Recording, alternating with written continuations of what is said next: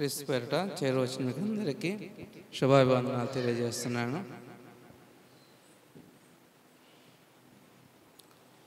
నేను ప్రార్థన కొరకై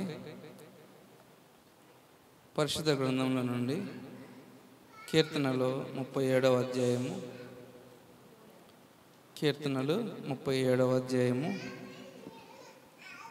5వ వచనం నుంచి చదువుకుందాం. చదవండి. కీర్తనలు నీ మార్గమును యెహోవాకు అప్పగింపుము, నీవు ఆయనను నమ్ముకొనుము, ఆయన నీ కార్యం నెరవేర్చును. ఆయన వెలుగును వలె నీ నీతిని, మధ్యాహ్నము వలె నీ నిర్దోషత్వమును వెల్లడిపరచును. యెహోవా ఎదుట మౌనంగా నుండి ఆయన కొరకు కనిపెట్టుకునుము. తన మార్గమున వర్ధిల్లు అని చూచి వ్యసన పడకుము. దురాలోచనలు నెరవేర్చుకును అని చూచి వ్యసన పడకుము. చాలు. దేవుని సహాయం కొరకై ప్రార్థన చేసుకుందాం. ప్రేమ కలిగిన మా తండ్రి, కృపగల మా యేసయ్య, మీకు వందనాలు ప్రభువా. ఇంతవరకు మాకు సహాయపడుతూ వచ్చారు దేవా. మీరు మమ్మల్ని త్రోసివేసే దేవుడు కాదని, మీ చెంత మమ్మల్ని చేర్చుకొని మా ప్రతి అవసరాలు మీరు తీర్చేటువంటి గొప్ప దేవుడు అని ప్రభువా మీ పాదాలు పట్టుకుంటున్నాం నాయన. సురోఫెనియకి ఆ స్త్రీ ఎలాగైతే మీ పాదాలు పట్టుకొని ప్రభువా గోజాడుతూ వచ్చినట్లుగా అటువంటి భక్తి జీవితాన్ని మాకు అందరికీ దయచేయండి. పట్టుకున్నటువంటి పాదాలు ఎక్కడ కూడా మేము విడిచిపెట్టకుండా తండ్రి, మీ ఎదుట మేమందరం ప్రార్థనలో మీ సహాయత కొరకు ఎదురు చూసినట్లు సహాయం దయచేయమని ప్రభువా. నిలబడుతున్న దాసులు వట్టివాడు తండ్రి, మీరే మీ దాసుని నోటి మీ మాటలు ఉంచండి. మొదట నాకు, తర్వాత మీ ప్రజలకు అర్థమయ్యే రీతిలో మీరే మాకు చక్కగా బోధించమని మీ దాసులను మా మధ్య క్షేమంగా నడిపించండి. మీకే మహిమ, ఘనత, ప్రభావాలు చెల్లిస్తూ నజరేయుడైన యేసుక్రీస్తు నామంలో ప్రార్థించి అడిగి వేడుకుంటున్నాం తండ్రి. ఆమేన్. ప్రియులారా, చాలా మంచిది. దేవుడు మనకి ఇచ్చినటువంటి ఈ గొప్ప సమయాన్ని బట్టి ప్రభువుని ఎంతగానో స్తుతిస్తుంటున్నాను. చూడండి, మనము ప్రార్థన జీవితంలో ఎలాగ మనం దేవుని ఎదుట నిలబడాలంటే ఇక్కడ 37:5 వచనం అంటాడు, నీ మార్గమును యెహోవాకు అప్పగింపుము. మన మార్గాలు అంటే మన ఆలోచనలు కావచ్చు, లేక మన పనులు కావచ్చు, ఏవైనా సరే దేవుని నమ్ముకున్నటువంటి నీవు నేను క్రైస్తవ కుటుంబాలకు ఎలా ఉండాలంటే ప్రభువుకి మన యొక్క మార్గాలు అప్పచెప్పుకోవాలి. మన చిత్తాలు, మన కోరికలు, చూడండి మన అవసరాలు అన్నీ కూడా మొట్టమొదటిగా ప్రభువునికి అప్పచెప్పుకోవాలి. అది మనకి ఎప్పుడు కూడా మనం ఇంటా ఉన్నదేలే, మరి నేను దేవునికి అప్పచెప్పుకోవాలి, మేము ప్రార్థన చేస్తే దేవుడు చేస్తాడంటారు అనుకుంటాం. కానీ అయితే వాటిని నెరవేర్చే విషయంలో మనము ఏం చేస్తామంటే వెనుకడుగేస్తాం. దేవుని యొక్క మార్గానికి మనకు అప్పచెప్పుకోం. మన యొక్క మార్గాల్లో మనం వెళ్తా, మన యొక్క ఆలోచనలు మనం చేస్తా, తీరా అంతా కోల్పోయి అంతా నష్టపోయి చూడండి ఎవరు కూడా సహాయం లేనటువంటి పరిస్థితిలో అప్పుడు మనం దేవుని వద్దకు వచ్చి మళ్ళా దేవుడు నాకు సహాయం చేయాలని చెప్పని మళ్ళా దేవుని పైన భారం వేసి చూడండి మనం ఏం చేస్తామంటే స్వతహాగా తీసుకున్నటువంటి ఆలోచన బట్టి అనేక సార్లు నష్టపోతాం. కానీ కీర్తనాకారుడు దావీదు మహారాజు ఆయన మార్గాల్లో దేవునికి అప్పచెప్పుకున్నాడు. అంతేకాకుండా అంటాడు, నీవు ఆయనను నమ్ముకొనుము, ఆయన నీ కార్యము నెరవేర్చును. చూడండి ఏంది నమ్ముకోవాలి? ఈలోడు లోకం ఉన్నటువంటి మాట ఏంటంటే, దేవుడిని మీరు నమ్ముకున్నారు కదా, దేవుడు మీకు ఏం కార్యాలు చేయట్లేదా? దేవుడు మరి గొప్ప దేవుడు అంటున్నారు, మరి ఆయన నమ్ముకున్నాం అంటున్నారు, మరి దేవుడు ఎందుకు మీ బ్రతుకుల్లో మీ కుటుంబాల్లో ఇలాంటి దరిద్రత ఇలాంటి బాధలు ఉంటున్నాయి అని చెప్పని చాలామంది ఏం చేస్తారంటే వ్యంగ్యంగా మాట్లాడతారు. ఎందుకు? చూడండి మనం చేసేటువంటి ఆలోచన చాలాసార్లు మనం కూడా ఏం చేస్తామంటే, అమ్మా దేవుడు నమ్ముకో, నువ్వు అయ్యా దేవుడు నమ్ముకో, దేవుడు నీకు సహాయం చేస్తాడు, దేవుడు నీకు అద్భుతాలు చేస్తాడు, ఇలా చెప్పి మనం ప్రజలను ఏం చేస్తామంటే దేవుని దగ్గర నడిపిస్తాం. వాళ్ళు ఏం చేస్తారు, దేవుని దగ్గరకు వచ్చిన తర్వాత నేను దేవుడిని నమ్ముకుంటే నాకు ఏదో చేస్తాడు కావాలి అని చెప్పిన వాళ్ళు వచ్చి దేవుని దగ్గర రాగానే అయ్యా మరి మాకేం దేవుడు ఏం కార్యాలు చేయట్లేదే, మీరేమో దేవుడిని నమ్ముకోండి, దేవుడు మీకు అన్ని చేస్తానని చెప్పంటున్నారు, మరి మాకేం తీరట్లేదు కదా. వాళ్ళని బట్టి కూడా పక్క వాళ్ళు ఏమంటారంటే, అమ్మ ఇంతకాలం మరి మనం పూజించేటువంటి వాటిని కూడా విడిచిపెట్టావు, ఎవరో చెప్పిన మాటలు ఆయన దగ్గరికి వెళ్ళావు, ఏం కలిగింది, ఏమొచ్చింది నీకు, ఏమైనా సహాయం దొరికిందా, ఏం ప్రయోజనం ఆయన దగ్గరికి వెళ్ళావు అని చెప్పని అంటారు. కారణం ఏంటంటే ఉదయకాలం కూడా మనం వింటా ఉన్నాం, అన్న చెబుతూ వచ్చాడు, భక్తి ఉంది కానీ దానికి తగినటువంటి శక్తి లేదంట వాళ్ళు. అలాగే దేవుని యొద్దకు వచ్చేటువంటి వారి జీవితాల్లో ఆశతో వస్తారు ప్రభుని దగ్గరికి. నిజం మంచిదే, ఆశతో రావాలి. ప్రభు కూడా అదే మాట అంటాడు, ఆశ గల వారిని నేను తృప్తిపరుస్తా అన్నాడు ప్రభు. ఎలాంటి ఆశ? పైపైన ఆశ మాత్రం కాదు. ఇదిగో వాళ్ళందరూ వెళ్తున్నారంట, పలానా చోటకి వెళ్తున్నారు, దేవుని దగ్గరికి వెళ్తే ఆయన కార్యాలు చేస్తున్నాడు, ఎవరో చెప్పి వెళ్తాం మంచిదే, కానీ ఎంత మట్టుకి చూడండి, మనం సేవిస్తున్నటువంటి వాటిని బట్టి మళ్ళా దేవుని దగ్గర రాకూడదు. ఆయన కూడా ఎలాంటి వాడేలే, ఆయన కూడా అందరిలో ఒకళ్ళేలే అని చెప్పిన ఆలోచన చాలామందికి. కానీ ఆయన అలాంటి వాడు కాదు. ఆయన అందరి మీద ఆధిపత్యం చేసే దేవుడు. ఆయన అన్ని నామముల కన్నా పైనామం కలిగినటువంటి దేవుడు.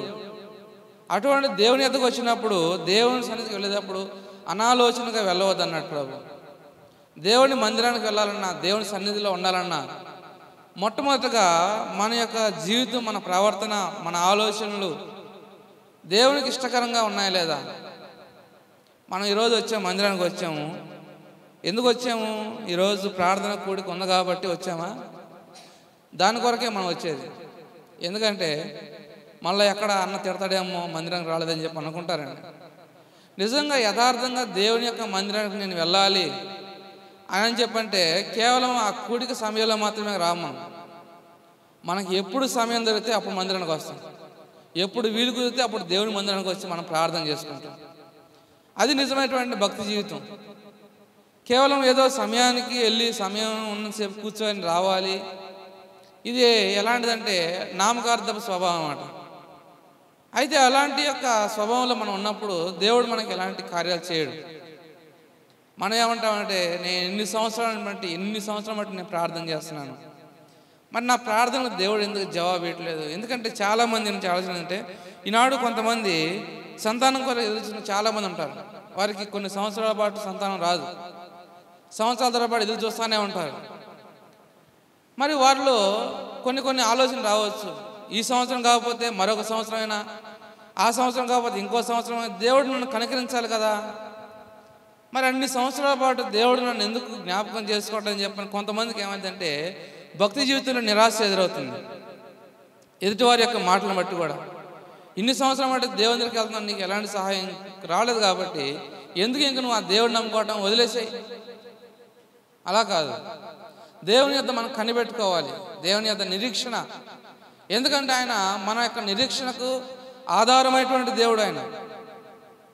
అయితే ఒక స్త్రీ ఏం చేసిందంటే భర్త చేత ఎంతగానో అసహించబడిందంట. భర్త ప్రతి విషయంలో కూడా ఆమె ఏనాడు కూడా ప్రేమగా చూసుకోవాలా, ఏనాడు కూడా ఆమె తన యొద్దకు సరిగ్గా చేర్చుకోలేదు. కానీ ప్రభు ఆమెను జ్ఞాపకం చేసుకున్నాడు అనేక విషయాలు. ఎంతగా జ్ఞాపకం చేసుకున్నాడంటే చూడండి, ఆదికాండము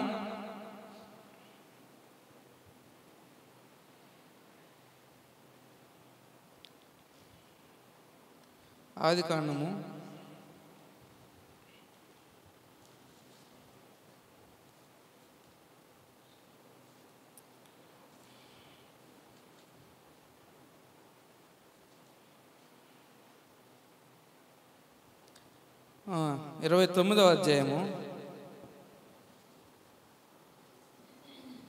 29వ అధ్యాయము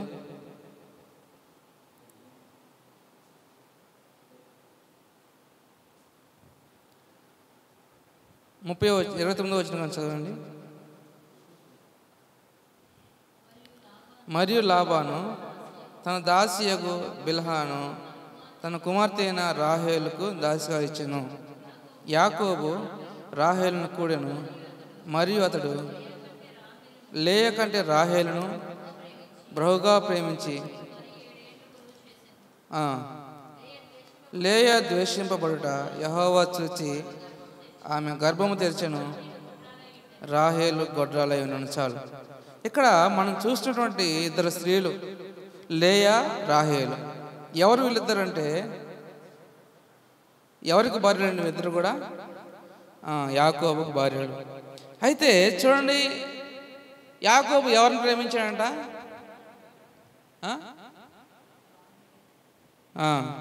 రాహేలును ఎంతగానో ఇష్టంగా ప్రేమించాడు. అయితే లాబాను ఏం చేశాడంటే ఆయన మోసపుచ్చి చూడండి తన పెద్ద కుమార్తె అయినటువంటి రాహేలునిచ్చి మొదటగా వివాహం చేశాడు. సరే, ఇదంతా కూడా మనకు తెలిసినటువంటి భాగమే. ఆయన మోసం చేయటము, మరలా లేయ కోసం మరలా ఎక్కువ కొలువు చేయటం, ఆమెను వివాహం చేసుకున్నాడు. గమనించండి, ఇక్కడ యాకోబు ఏం చేస్తూ వచ్చాడంటే లేయాను ప్రేమించాడంట, రాహేలు ద్వేషించబడుట యెహోవా చూస్తూ వచ్చాడు. చూడండి, ఒక భర్త ఒక భార్యను ద్వేషిస్తూ ఉన్నప్పుడు ఏ భార్య అయినా సరే సహించగలుగుతుందంటారా? ఏ భార్య కూడా సహించదు. తల్లిదండ్రులు ద్వేషించినా, లేక కన్నబిడ్డలు ద్వేషించినా కానీ, లేక ఇరుగు పొరుగు వారు ద్వేషించినా కానీ తట్టుకోగలుగుతుంది. కానీ సొంత భర్త కనుక ద్వేషిస్తే కనుక ఏ భార్య కూడా తట్టుకోలేదంట. ఎందుకంటే తనకు ప్రాణంతో సమానంగా ఎంచుకుంటుంది తన భర్తను ఎప్పుడు కూడా. మరణమైనా, చావైనా, వ్యాధి అయినా చూడండి, వివాహం అప్పుడు ఏం చేస్తారంటే అందరూ కూడా వారు వాగ్దానం చేస్తారు. కలిమిలో అయినా, బాధలైనా నేను నిన్ను తప్ప నిన్ను విడిచిపెట్టి నేను బ్రతకనని చెప్పని వాగ్దానం చేస్తారు. అయితే ఆ వాగ్దానం బట్టి చూడండి, ఎప్పుడైతే వారు జతపరచబడిన తర్వాత వారిద్దరిలో విడదీనటువంటి ఒక ప్రేమ, ఒక బంధం ఏర్పడుతుంది. ఎప్పుడైతే ఏర్పడుతుందో భార్య ఏం చేస్తుందంటే ఎప్పుడు కూడా నా భర్త ప్రేమ ఎప్పుడు నా మీదే ఉండాలి, నా భర్త ఎప్పుడు కూడా నన్ను పొగడతా ఉండాలి. చాలామంది భార్యలు కూడా అదే అడుగుతారు. సంవత్సరాలు అయిపోయి వివాహం కానీ నా గురించి ఎప్పుడు కూడా ఒక్క మాట కూడా పొగడవేందని చెప్పి అడుగుతారు కొంతమంది. ఎందుకు పొగడతారు? ఎందుకు పొగడాల్సిన అవసరం ఏముంది? అసలు హృదయంలో ప్రేమ ఉండాలి, కానీ పై మాటలో ప్రేమ ఉంటే పనికిరాదు. కానీ చూడండి, ఈ యొక్క రాహేల్ అంట ద్వేషించబడతా వచ్చింది. ఎందుకంటే యాకోబుకి రాహేల్ అంటే ఇష్టం లేదు. క్షమించండి, లేయా ఎప్పుడైతే ద్వేషించబడతా వచ్చిందో, తన యొక్క అందం సరిగ్గా లేకపోవడం బట్టి, తనకున్నటువంటి యొక్క వ్యాధిని బట్టో యాకోబు ఆమెను అసహించుకుంటూ వచ్చాడు. కానీ అయితే దేవుడు ఏం చేస్తూ వచ్చాడంటే ఆమెను చూశాడంట. లేయా ద్వేషింపబడుట యెహోవా చూసి ఆమె గర్భము తెరిచాను, రాహేలు గొడ్రాలై ఉన్నాను. చూడండి, దేవుని యొక్క కృప లేయా మీద ఉంది. భర్త ద్వేషిస్తున్నాడు, అసహించుకుంటున్నాడు. అయితే కాపురం చేయట్లేదంటే కాపురం చేస్తున్నారు, కానీ నిజమైనటువంటి ప్రేమ చూపించడం లేయా మీద కేవలం ఏదో ఒక భౌతిక పరంగా, శరీరపరంగా తప్ప ఆత్మానుసారంగా ఏనాడు కూడా యాకోబు ప్రేమించిన వాడు కాదు. కానీ దేవుడు చూస్తూ వచ్చాడు లేయా యొక్క విశ్వాసం, లేయాకు ఉన్నటువంటి నమ్మకం, తన భర్త ఎడల తనకున్నటువంటి ప్రేమ, ఇవన్నీ కూడా దేవుడు జ్ఞాపకం చేసుకున్న దాన్ని బట్టి ఏం చేశాడంట, ఆమె యొక్క గర్భాన్ని తెలుస్తూ వచ్చాడు. చూడండి, గర్భాన్ని తెలిసినప్పుడు మొదటి కుమారుడికి జన్మనిచ్చింది, రెండవ కుమారుడికి జన్మనిచ్చింది. రెండవ కుమారుడు జన్మించింది అనుకుంటుంది ఇక మీద నేను నా భర్త నన్ను ప్రేమిస్తాడేమో అనుకుందంట. అయినా కానీ భర్త ప్రేమ దొరకలా. మూడవ కుమారుడికి జన్మనిచ్చింది, ఇకనైనా నా భర్త నన్ను ప్రేమిస్తాడని చెప్పి అనుకుంది, కానీ ఆయన భర్త ప్రేమ దొరకలా. అలా నాలుగో కుమారుడికి జన్మనిచ్చింది, ఐదో కుమారుడికి జన్మనిచ్చింది, ఆరో కుమారుడికి జన్మనిచ్చినా కూడా అనుకుంటుందంట ఇకనైనాను నా భర్త నన్ను ప్రేమిస్తాడు అనుకుంటుందని చెప్పాను. నాకు దేవుడు సంపూర్ణమైనటువంటి సంతానం ఇచ్చాడు, 6 కుమారులు ఇచ్చాడు దేవుడు. 6 కుమారుల తర్వాత మరల కుమార్తె దీనా పుట్టింది. చూడండి, ఎంతమంది ఆమెకు జన్మనిచ్చిన తర్వాత కూడా అంట యాకోబు ద్వారా ఎప్పుడు కూడా ఆమె ద్వేషించబడతానే ఉంటుంది. ఏనాడు కూడా భర్త యొక్క ప్రేమను నోచుకున్నటువంటి స్త్రీ కదా ఆమె. కానీ దేవుడు ఆమెను ఎందుకు జ్ఞాపకం చేసుకున్నాడు? ఆమె తన యొక్క జీవితాన్ని ఎక్కడ కూడా సొంత ఆలోచన వెళ్ళా, భర్త ద్వేషిస్తున్నాడులే ఇక నీకు నాకు అవసరం అని చెప్పని ఆయనకు విడాకులు ఇచ్చేలా. ఏం చేస్తారు సాధారణంగా ఇప్పుడున్నటువంటి లోకంలో? ఏదైనా ఒక చిన్న మాట వస్తేనే అది ఎక్కడ దాకా వెళ్తుంటే విడాకుల దాకా వెళ్ళిపోతుంది ఈనాడు. చూడండి, ఒకరికొకరి మధ్య సమాధానం కుదిరేటువంటి జీవితాలు లేదు ఈనాడు. ఇద్దరి మధ్య సఖ్యత కుదిరేటువంటి ఆలోచనలు లేవు. ప్రాముఖ్యంగా క్రైస్తవ కుటుంబాల్లో కూడా దేవుని నమ్ముకున్నామని చెప్పుకుంటాం, కానీ పైగా మన యొక్క కుటుంబంలో ఎంతగా దేవునికి విరోధంగా జీవిస్తున్నామంటే మనల్ని బట్టే అనేక మంది యొక్క స్థితిలో, ఆలోచనలో దేవుని యొక్క నామం దూషించబడతా ఉంది. అన్యుల ఎదుట మన యొక్క జీవితాలు ఎలాగుండాయి? ఒక మాదిరికరంగా ఉండాలి. భర్త ఏమైనా ఒక మాట అన్నా మనం సహించుకోవాలి, ఓర్చుకోవాలి. అంతేగాని ఇతరులకు ఎక్కడ కూడా మనం మాట్లాడడానికి అవకాశం ఇవ్వకూడదు. ప్రాముఖ్యంగా అన్యులు ఎదుట. ఎందుకంటే వారు చూస్తూ ఉంటారు మన భక్తి జీవితం ఎలాగుందని.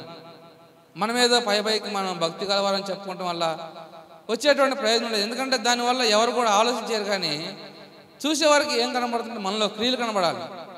ఆ భక్తి తినటువంటి క్రియలు ఎప్పుడైతే మనలో కనబడతాయో నిజంగా మనం చూసినప్పుడు వీరు క్రైస్తవులు అని చెప్పని అనుకుంటారు చాలామంది. అయితే తన భర్త ద్వారా ఎప్పుడైతే ఆమె లేయ ప్రతి విషయంలో కూడా ద్వేషించబడుతూనే ఉంటుంది. కానీ ప్రభువుని దృష్టిలో ఆమె ఉన్నతమైనటువంటి స్థితిలో ఉందంట. దేవుడు ప్రతిసారి కూడా ఆమె జ్ఞాపకం చేసుకుంటున్నాడు. అయితే యాకోబు ప్రేమ ఎవరి మీద ఉంది? రాహేలు మీద ఉంది. కానీ దేవుడు రాహేలు యొక్క గర్భాన్ని మూసేశాడు. ఎందుకంటే రాహేల్లో ఒక ఆత్మీయత గర్వం ఉంది ఆమెలో. నేనే అందమైన దాన్ని, నేనే గొప్పదాన్ని. ఎందుకంటే చూడు, మన భర్త ఎప్పుడు కూడా నేను ఎప్పుడు ఏనాడు కూడా ప్రేమించడం లేదు కదా, ఎందుకు నువ్వు నీ జీవితం ఎందుకని చెప్పానంట లేయని అనేక సార్లు ఏం చేస్తా ఉండేది, అపహాసం చేస్తూ ఉండేది. ఎందుకు నీ బతుకేందుకు, నువ్వు బతకడం దండగ, ఇంకా నీ భర్తను నువ్వు ప్రేమించడంలా దేనికి నువ్వు ఇంకా బతుకుండని చెప్పాను ఎన్నిసార్లు ఉండేది ఒకవేళ. కానీ ఆమెకు అర్థం కాల, అరే దేవుడు నన్ను జ్ఞాపకం చేసుకోవట్లేదేమో, దేవుడు నాకు ఎందుకు సంతానం ఇట్లా, ఆమెకేమో 6 మంది 7 మంది జన్మించారు, నాకు ఇంకా సంతానం దొరకట్లేదని చెప్పి ఆమె అనుకోవట్లేదు. కానీ నిత్యం కూడా ఆమె ఏం చేస్తుందంట, తన యొక్క అక్క మీద పెత్తనం. అయితే దేవుని యొక్క దృష్టిలో అంట ఆమె మార్గం ఎలా ఉందంటే ప్రభువునికి అప్పచెప్పుకుంది. ప్రభు, నా భర్త నన్ను ద్వేషిస్తున్నాడు, అయినా సరే నీవే మా మధ్యలో కార్యం చేయాలి, నీవే మాకు సమాధానం చేయాలి, ప్రభువు మీద నమ్మకం పెట్టుకుంది.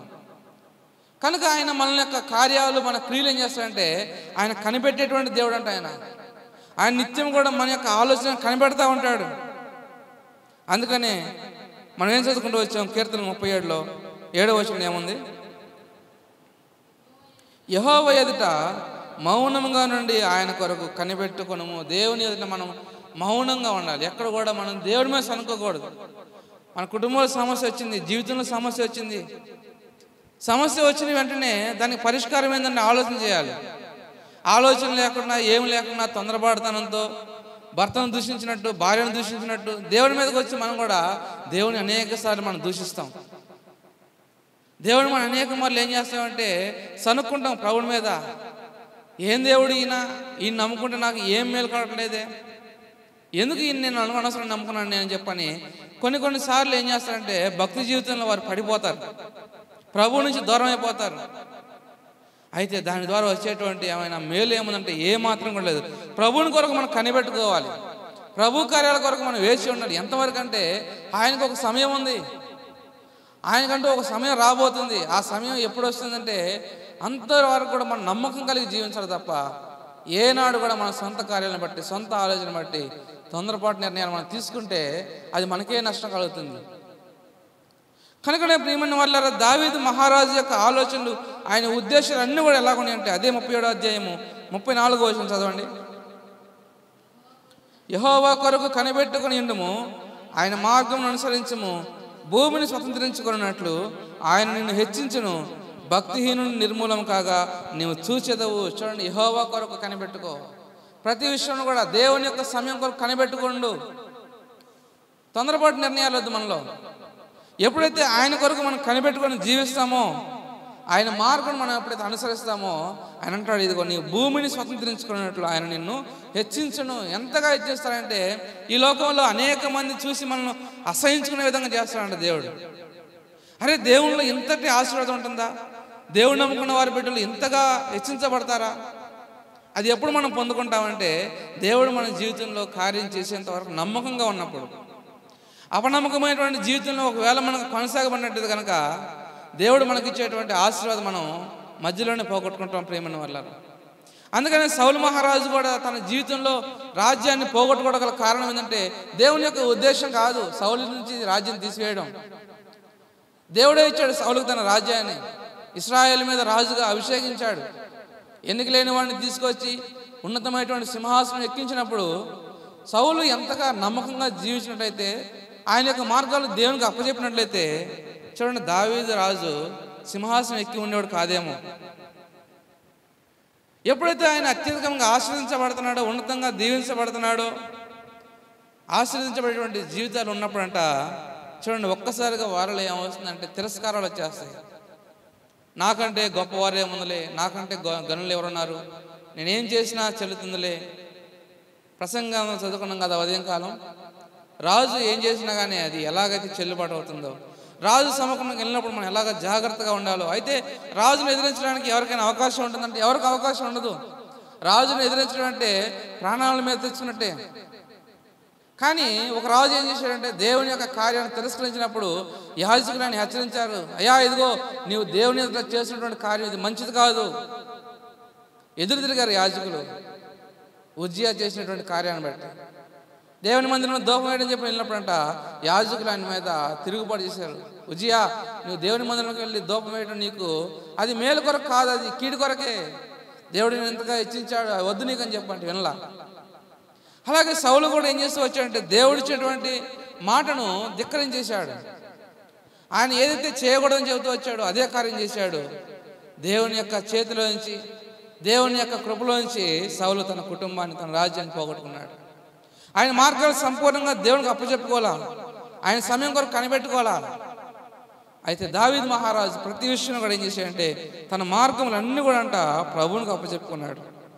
కాబట్టి ఆయన భూమిని స్వతంత్రించుకున్నట్లుగా దావీదు మహారాజుని దేవుడు ఎంతగా హెచ్చిస్తూ వచ్చాడంటే ఈనాటికి కూడా మనము దావీదు రాజు గురించి చెప్పుకోగలుగుతున్నాం.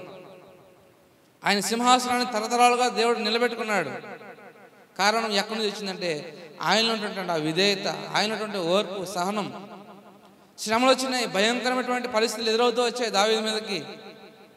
తన కడుపును పుట్టిన వారే తన మీద తిరుగుబాటు చేస్తూ వచ్చారు, కానీ ఏనాడు కూడా తిరిగి వారి మీద ద్వేషించలా, వారిని నాశనం చేయాలని అనుకోవాలా.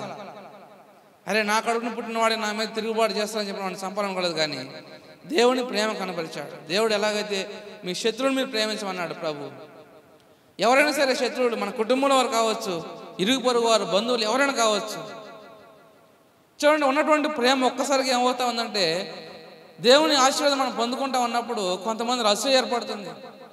దేవుడు వారినే జ్ఞాపకం చేసుకున్నాడే, నన్ను ఎందుకు జ్ఞాపకం చేసుకోవట్లా, ఏ వారైనా భక్తి చేస్తుంది నేను చేయట్లేదా అని చెప్పని ఆశీర్వదించడాన్ని బట్టి కూడా ఏమవుతుందంటే మనుషుల మధ్య విభేదాలు ఎదురవుతాయి, అసూయలు వస్తాయి. దాని ద్వారా ఏం చేస్తారంటే అనేక మంది ద్వారా ద్వేషించబడతా ఉంటాం. అయినప్పుడు కూడా ప్రభువునికి మన యొక్క వ్యాజ్యాలు అప్పచెప్పుకోవాలి. చూడండి, శరీర సంబంధమైన ఆలోచన తీసుకొని వారి మీద మనం వెళ్ళి గొడవలు పడటం వల్ల మనకొక సాక్ష్యం పోగొట్టుకుంటాం తప్ప ఏమాత్రం కూడా దేవునికి మనం ఎక్కడ కూడా ప్రీతికరంగా మనం జీవించలేము. అయితే ఆయన ఎప్పుడైతే మనం ఆయన మార్గం అనుసరిస్తామో, ప్రభువుని మార్గం ఏం చేస్తుందంటే నీతిగా బ్రతకమంటాడు, యథార్థంగా జీవించమంటాడు. అయితే అది మనకు కొన్నిసార్లు నచ్చదు. ఆశీర్వదించబడుతున్నటువంటి క్రమంలో ఏమవుతా ఉందంటే ప్రభు మార్గాలు మనకు అసహ్యంగా ఉంటాయి. ఎప్పుడు దేవుని మందిరానికి వెళ్ళాలి, ఎప్పుడు భక్తి చేయాలి అని చెప్పినటువంటి ఆలోచన. అయితే ప్రారంభంలో ఏమి దీవులు లేనప్పుడు ఏం చేస్తామంటే ఎన్ని కుడిలు పెట్టినా వస్తారంట మందిరానికి. ఎన్ని సమయం ఎప్పుడు రమ్మన్నా కానీ మందిరానికి వస్తూ ఉంటారు. ఎందుకు? అప్పుడు మనకు అవసరం ఉంది. దేవుడి వద్ద మనకు దీవెనలు కావాలి, దేవుడు ఇచ్చేటువంటి ఆశీర్వాదాలు కావాలి.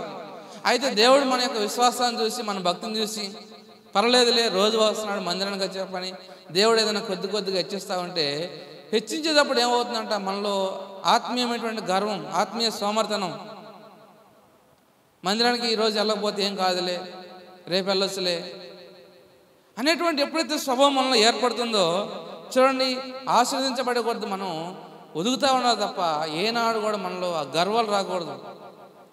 అయితే దేవుడు అటువంటి వారిని ఏం చేస్తాడంటే ఆయన నిర్మూలంగా నాశనం చేస్తాడు. కోకటి వెళుతూ ఆయన పెరిగి వేస్తా అన్నాడు. మనలో ఒకవేళ ఏదైనా చేదైన వేరు ఉందేమో, మనం వాటిని ఎప్పుడైతే మనం తీసివేస్తామో, దేవుని ఎదుట నమ్మకమైనటువంటి స్వభావం కలిగి జీవిస్తామో, ప్రభువుని యొక్క దీవెన మనం పొందుకుంటాం. దాన్ని బట్టే మన కుటుంబాల్లో సంతోషం, మన జీవితాల్లో నెమ్మది. అందుకే మనం చదువుకుంటూ వస్తున్నాం కదా 37వ అధ్యాయం 4వ వచనంలో, యెహోవాను బట్టి సంతోషించుము, ఆయన నీ హృదయ వాంఛలను తీర్చునంటాడు. ఆయన బట్టి మనం సంతోషించే వారుగా ఉండాలి. ప్రతి విషయంలో శ్రమంలో సంతోషించాలి, బాధలో సంతోషించాలి. పౌలు గారు ఎంతగా ఆయన అనేక సార్లు ఎన్నో నష్టాలు ఎదురవుతూ వచ్చాయి, ఎంతగానో శ్రమలు పడుతూ ఉన్నాడు. ఒకానొక సమయంలో అంట ఆయన మధ్యధరా సముద్రంలో ప్రయాణమై వెళ్తూ ఉంటే ఓడ బద్దలైపోయింది. ఓడ బద్దలైపోతే వారికి ఆహారం లేదు. నడి సముద్రంలో వారికి గమ్యం ఎటు వారికి తెలియదు. ఇప్పుడు అంతా చీకటే. సుమారుగా ఎన్ని రోజులు ఆ సముద్రం ఉన్నారంట వాళ్ళు? 14 రోజులు ఉన్నారంటండి. 14 రోజుల పాటు వారికి ఆహారం లేదు. కనీసం సూర్యుడు ఎలా ఉంటాడు కూడా వారు చూడలేదంట. కటిక చీకటి జీవితం వల్ల ఇక ప్రాణాలు మేము ఉంటాయో లేదో అటువంటి ఆలోచన వచ్చేసింది పౌలు గారికి కూడా. మేము ఈ యొక్క పరిస్థితి నుంచి బతికి బయట పడతామో లేదో అనేటువంటి ఆలోచన చేసిందంట. కానీ ఆయన ఇంకో మాట అంటాడు, అట్టి ఉపద్రవం నుంచి దేవుడు మమ్మల్ని కాపాడే కారణము ఎక్కడో కొరింథీ సంఘంలో ప్రజలు చేసేటువంటి ప్రార్థన. ఆయన అంటాడు కొరింథీ సంఘంతో, ఇదిగో మీరు మా కొరకు ప్రార్థన చేయుచుండగా దేవుడు అట్టి ఉపద్రవం నుంచి మమ్మను రక్షించాను, ఇక ముందు కూడా మమ్మల్ని రక్షిస్తాడంటే నమ్మకం మాలో కలదు. కారణం దేని బట్టి? అయ్యా పౌలు గారు, దేని బట్టి నీకు అట్టి నమ్మకం ఉందంటే, ఇదిగో మా కొరకు సంఘంలో ప్రార్థన చేస్తున్నారు, సంఘంలో విశ్వాసులు మా యొక్క క్షేమం కొరకు ప్రార్థన చేస్తున్నారు కాబట్టి వారి ప్రార్థన దేవుడు ఆలకించి ఎక్కడో ఉన్నట్టు మమ్మల్ని దేవుడు జ్ఞాపకం చేసుకున్నాడు. మనం అనుకుంటాము దేవుని మందిరానికి వెళ్తే మనం ప్రార్థన చేస్తే వింటాడా? ఎక్కడో వారి కొరకు మనం ప్రార్థన చేస్తే దేవుడు ఆలకిస్తాడంటే ఖచ్చితంగా ఆలకిస్తాడు దేవుడు. చూడండి, జార్జ్ ఆయన ఒక దేవుని యొక్క సేవకుడు అమెరికా నుంచి అంట ఇండియా ప్రాంతానికి వచ్చాడంట సేవ చేయడానికి. వచ్చినప్పుడు ఆయనకి ఇండియా వచ్చిన తర్వాత దేవుని యొక్క దర్శనాన్ని బట్టి పలానా పంజాబ్ రాష్ట్రానికి వెళ్ళి నీవు సేవ చేయాలని చెప్పని దేవుడు తలంపించాడు. సరే అని చెప్పని పంజాబ్ రాష్ట్రం వచ్చిన తర్వాత అక్కడ ఉన్నటువంటి ఆ భాష ఆయనకి రాదు, అక్కడున్న ప్రజలు కొత్తవారు. అయితే దేవుని యొక్క నడిపింపును బట్టి చూడండి, ఆయన ఎలాగైతే దేవుని కొరకు నమ్మకంగా జీవిస్తూ వచ్చాడు, దేవుని యొక్క పరిచర్లో ఉన్నాడు, అనేక మందికి సువార్తను చేస్తున్నాడు. అలాగలాగలాగా కొన్ని సంవత్సరాలకు ఏం చేస్తూ వచ్చాడంటే అక్కడ భాష నేర్చుకున్నాడంట. భాష నేర్చుకోవడమే కాకుండా వారికి దేవుని యొక్క మాటలు చెబుతా ఉండడాన్ని బట్టి సుమారుగా కొన్ని సంవత్సరాలు అయిన తర్వాత కూడా అయితే ఆయన సంఘంలో చూస్తే అంతగా విశ్వాసాలు ఎవరు లేరంట. కేవలం ఒక వేళ్ల మీద లెక్క పెట్టేంత మనుషులు మాత్రమే ఉన్నారు. అయితే అనేక సంవత్సరాలు గడిచిపోయింది. ఈయన ఏం చేస్తూ వచ్చాడంటే ఈ యొక్క సేవా జీవితంలోనే అతనికి అనారోగ్య బారిన పడ్డాడు. అనారోగ్య బారిన పడంగానే వెంటనే మరలా ఆయన అమెరికాకు వెళ్ళిపోయాడు. అమెరికాకి వెళ్ళిన తర్వాత అక్కడ ఆయన వైద్యం చేయించుకోవడానికి వెళ్తే అంట అక్కడ ఉన్నటువంటి డాక్టర్లు ఆయన పరిశీలించి చూస్తే ఒక అంతుపట్టినటువంటి విషయం తెలుస్తూ వచ్చింది. ఏమనంటే ఆయనకి అందరికీ సాధారణంగా గుండె ఎటుపక్క ఉంటుందంట, ఎడమవైపు ఉంటుంది. కానీ అతనికి గుండె ఎటుపక్క ఉందంట, కుడివైపు ఉందంట. డాక్టర్లకు అర్థం కాల, అరే ఇది ఎలాగొచ్చింది కుడిపక్కకి, ఇది పుట్టుకతోనే ఉందా లేక మధ్యలోనే వచ్చిందని చెప్పని పరిశీలన చేస్తే అంట ఇది పుట్టుకతో రాలేదు, మధ్యలో వచ్చింది. కారణం ఏమై ఉంటుందంటే చూడండి, చాలాసార్లు అంట గుండె కూడా ఏం చేస్తుందంటే మనం ఈ వేదన పడేదాన్ని బట్టి మనం ఏడ్చేటువంటి ఆలోచన బట్టి గుండె కూడా అంట చూడలేకంట తన యొక్క స్థానాన్ని మార్చుకుంటుందంట. అది చరిత్రలో జరిగినటువంటి మొట్టమొదటి సంఘటన. అది డాక్టర్లకు అందుబాటులో వెళ్ళి అడిగారు, అయ్యా ఏమైంది నీకు, ఎందుకు నీ యొక్క గుండె ఎడమపంకి వచ్చిందంటే నీలో ఏదో ఒక వేదన ఉంది, ఏదో ఒక తీవ్రమైనటువంటి బాధ నీలో ఉందంటే ఏంది అని చెప్పంటే, అయ్యా ఇదిగో దేవుడు నన్ను పలానా భారతదేశంలో పంజాబ్ రాష్ట్రంలో సేవ చేయమని వెళ్ళాడు. అక్కడ ఎన్నో సంవత్సరాల మటు నేను సేవ చేశాను కానీ ఎవరు కూడా రక్షణ పొందలేదయ్యా. వారందరూ రక్షణ పొందాలంటే నా భారం, వారందరూ కూడా మారు మనసు పొందాలి, దేవుని అంగీకరించాలని నా ఆలోచన. అయితే వారి కొరకు నేను కన్నీటితో నేను ప్రార్థన చేస్తున్నాను, వారి కొరకు నేను ఎంతగానో వేదన పడుతున్నాను చెప్పంటే ఆ డాక్టర్ అన్నారంట, అయ్యా ఇదిగో ఇక మీద కనుక నువ్వు ఒకవేళ ఏడిస్తే కనుక, నువ్వు ఇదే వేదనతో కనుక ఉంటే కనుక నువ్వు ఎక్కువ కాలం బ్రతకు, నువ్వు చనిపోతావు అని చెప్పాను. నువ్వు ఏడుపు ఆపేయాలి, నువ్వు ఏడుపు ఆపితేనే, నీ దుఃఖం ఆపితేనే నువ్వు బ్రతకగలుగుతావు అని చెప్పంటే ఆయన ఏమన్నా అంటే నేను చనిపోవడానికి సిద్ధమే కానీ వారి కొరకు నేను ప్రార్థన చేయకుండా నేను మానలేను. అలాగే ఆ యొక్క పంజాబ్ రాష్ట్రం క్షేమం కొరకు ఆయన ప్రార్థన చేస్తానే అలాగే ఆయన చనిపోయాడంట. చూడండి, ఆయన చనిపోయి సంవత్సరాలు అయిపోయింది. ఆయన అనుకోవచ్చు, ఒకవేళ నేను చనిపోయిన తర్వాత నేను ఇంతగా భారంగా నేను ప్రార్థన చేస్తూ వచ్చాను, నా ప్రార్థన జవాబు రాలేకపోయిందని చెప్పి ఆయన ఒకవేళ వేదన పడవచ్చు. అయితే దేవుడు ఆయన ప్రార్థన జ్ఞాపకం చేసుకున్నాడు. ఏ పంజాబ్ రాష్ట్రం క్షేమం కొరకు అయితే దేవుడి కొరకు ప్రార్థన చేశాడో చూడండి, అదే పంజాబ్ రాష్ట్రం నుంచి అంటే గొప్ప దైవజనుడిని దేవుడు ఏర్పాటు చేస్తూ వచ్చాడు. ఆయనే దైవజనుడు భగత్ సింగ్ గారు. చూడండి, దేవుని యొక్క ఉద్దేశాలు మనం ప్రార్థించిన వెంటనే దేవుని యొక్క సహాయం నాకు వచ్చేయాలంటే దేవుని యొక్క సమయం ఉంది, ఆ సమయం కొరకు మనం కనిపెట్టుకోవాలి. అంతేగాని మన సమయం దేవుని యొక్క సమయం కాదు, కానీ ఆయన సమయం కొరకు మనం కనిపెట్టుకోవాలి. ప్రభు అంటాడు, నీ ఉద్దేశాలు నా ఉద్దేశాలు అంటే కావు అంటాడు ఆయన. ప్రభు నాకు సహాయం చేయి, ఇప్పుడే వచ్చేయాలా, ఇప్పుడే నాకు చేసిపోవాలా అంటే ప్రభు ఎలా చేస్తాడు? ఆయనకంటే ఒక సమయం ఉంటుంది మన పట్ల. దాని కొరకు మనలో నిరీక్షణ ఉంటుందా, ఓర్పు ఉంటుందా? అనేక మార్లు ఓర్పు లేకపోవడాన్ని బట్టి దేవుడు మనకు ఇవ్వబోయేటువంటి ఆ దీవెని మనం పొందుకోలేకపోతాం. వాక్యం ఏం సెలవిస్తుందంటే ఓర్పు గొప్ప ద్రోహ కార్యాలు జరగకుండా చూస్తుందని చెప్పి అంటాడు. కనుక ఎప్పుడైతే మనలో ఓర్పు ఉంటుందో, సహనం ఉంటుందో, దేవుని కొరకైనటువంటి నిరీక్షణ మనలో కలిగి ఉంటుందో, దేవుడు చేసేటువంటి మేలు ఉపకారాలు ఏమంటే మన కంటికి కనబడవు, మన చెవులకు అర్థం కావు, మన హృదయానికి గోచరం కాదు. అనేక మంది చూసి నిజంగా దేవుని యొక్క కార్యాలు ఎలా ఉంటాయని చెప్పని ఆశ్చర్యపోతారంట. చూడండి, ఆయన చేసేటువంటి సేవను బట్టి ఆయన ప్రార్థించి చనిపోయాడు.